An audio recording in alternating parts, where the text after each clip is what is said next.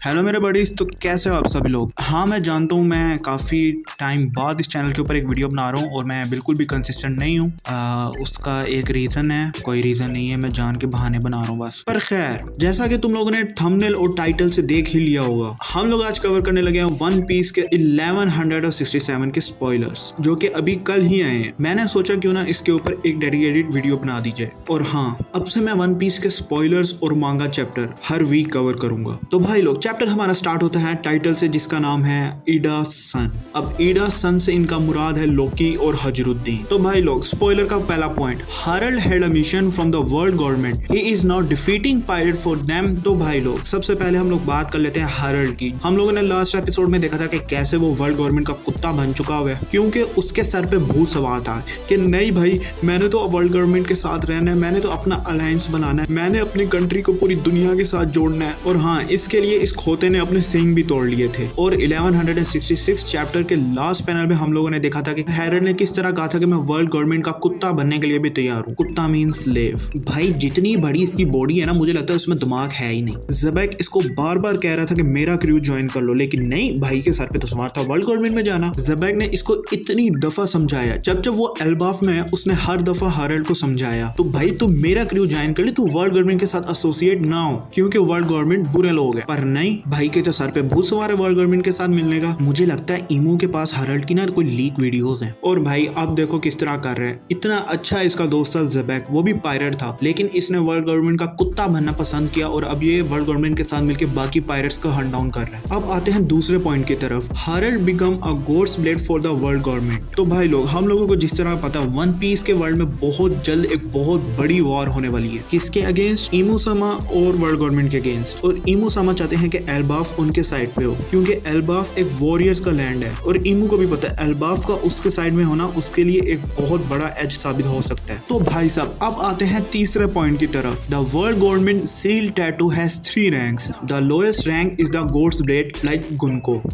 गंको, Junko, जो इसको बोलना बोल लो। तो ये टैटू हम लोगों ने कई दफा देखे हुए हैं। फॉर एग्जाम्पल, इस बुड्ढे को देखो, और दूसरा शैंक्स के हाथों पे भी ये वाला मार्क है, और तीसरा अपने हैरल्ड के पास भी ऐसा कोई मार्क हो सकता है। और भाई, गॉड्स ब्लेड जो सा रैंक है ना, वो सबसे नीचे है। गॉड्स ब्लेड से भी ऊपर 2 रैंक है, नंबर 2 मालूम नहीं, नंबर 1 मालूम ही नहीं। भाई साहब, तुम लोग यहाँ पे देखो, जो गॉड्स ब्लेड रैंक है वो 3rd रैंक है। जो इसके बाद वाले रैंक है 2nd रैंक और 1st रैंक, भाई वो कितने ज्यादा स्ट्रॉन्ग होंगे। भाई देखो, नो डाउट हैरल्ड बहुत ज्यादा स्ट्रॉन्ग था, उसने ज़बैक को 1v1 में बहुत ज्यादा अच्छी टक्कर दी, लेकिन फिर भी उसको 3rd रैंक दिया गया। तो भाई साहब, इस चीज से अंदाजा लगा सकते हैं कि रैंक 2 और रैंक 1 कितने ज्यादा स्ट्रॉन्ग हो सकते हैं। और भाई साहब, अब आता है इस स्पॉइलर का most interesting and my personal favourite point, it's about shanks. तो भाई ये पॉइंट कहता है 15 years ago, Shanks is the one who freed Fisher Tiger. He met Harold later on. Shanks was covering, patching his left eye. भाई साहब, peak moment है। तुम लोग सोच रहे होगे मैं एग्जैजरेट करूं, लेकिन नहीं। भाई देखो, हम लोगों को फिशर टाइगर की स्टोरी पता है, उसे किस तरह मैरी जो में बंदी बनाकर रखा गया था, उसको बहुत ज्यादा टॉर्चर किया जाता था और वो किसी न किसी तरीके से मैरी जो से भाग गया। लेकिन आज हमें पता चल रहा है कि उसको भगाने वाला शैंक्स था। 15 भाई, my man is a straight up definition of aura.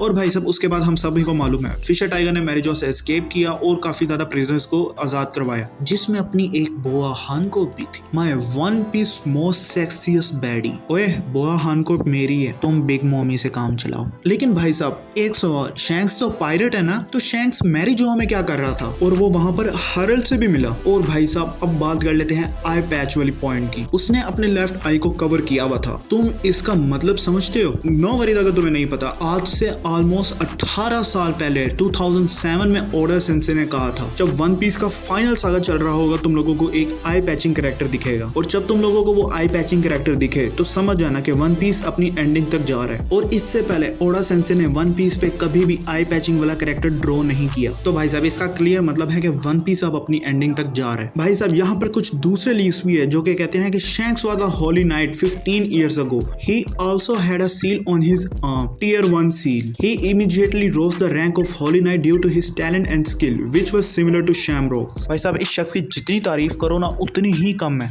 He is the most aura farming character in One Piece. और उसके बाद भाई के पास स्ट्रॉन्गेस्ट हाकी भी है और आज से 15 साल पहले वो सीधा होली नाइट्स के रैंक 1 में गया था, जहां पर अभी हारेल बैठा हुआ है. जो सील हारेल के पास थी वही सील शैंक्स के पास थी. भाई वो होली नाइट ज्वाइन करते साथ ही लेवल 1 टियर पे पहुंच गया. और भाई साहब, और जब शैंक्स एल्बाफ में आया था तो उसने क्लियरली लोकी को बताया था कि शैंक्स एक बार मैरीजो में गया था. शैंक्स ईमू के अंडर में काम कर रहा था वो, और वो एक होली नाइट है. और भाई शैंक्स को लिटरली हर चीज के बारे में मालूम है. शैंक्स को होली नाइट के बारे में पता है, शैंक्स को वर्ल्ड गवर्नमेंट के बारे में पता है, इवन के ईमू के बारे में भी उसको पता है, क्योंकि वो खुद एक होली नाइट था. भाई लोग, तुम लोग हर चीज छोड़ो, तुम लोग यहाँ पर सिर्फ ओडा सेंसे की राइटिंग देखो. आज से 25-26 साल पहले जब वन पीस शुरू हुआ था तब उन्होंने दिखाया कि शैंक्स का हाथ कट गया या सी क्रिएचर ने खा लिया. पहले लोगों को लगा कि ये सिर्फ एक एक्सीडेंट है, लेकिन बाद में पता चला नहीं, शैंक्स ने ये सब पर्पस में किया है. फिर बाद में रिवील हुआ कि शैंक्स के पास वो मार्क है जो कि ईमू से आता है, और अब जाके ये रिवील हो रहा है कि शैंक्स खुद एक होली नाइट था, बिल्कुल अपने भाई शैमरॉक्स की तरह. और भाई साहब, एक और बात कर लेते हैं, शैंक्स की आइस. शैंक्स की आइस पे एक स्कार है जो कि हम सबको पता है कि उसको ब्लैक बियर्ड ने दिया था, और ब्लैक बियर्ड के पास उस टाइम तक कोई भी डेविल फ्रूट नहीं था, और उस वक्त Shanks tier 1 god blades level पे था. यानी उस वक्त ब्लैक बियर्ड भी बहुत ज्यादा स्ट्रॉन्ग था कि उसने शैंक्स जैसे होली नाइट को एक मार्क दे दिया. मैंने तुम्हें अभी कुछ टाइम पहले कहा था कि शैंक्स मैरीजो में क्या कर रहा था, वो इंफॉर्मेशन गैदर कर रहा था वर्ल्ड गवर्नमेंट के और ईमू समा के डार्क सीक्रेट्स. वो मैरीजो में रहकर सीक्रेटली इंफॉर्मेशन गैदर कर रहा था. भाई अब गौर से सुनना, शैंक्स वर्ल्ड गवर्नमेंट की हाईएस्ट अथॉरिटी के पास गया, उनको ज्वाइन किया, उनमें टॉप 3 हाईएस्ट रैंक में पहुंचा, वहां से इंफॉर्मेशन कलेक्ट की, फिशरमैन को एस्केप करवाया, डेविल फ्रूट नीका को वहां से लिया,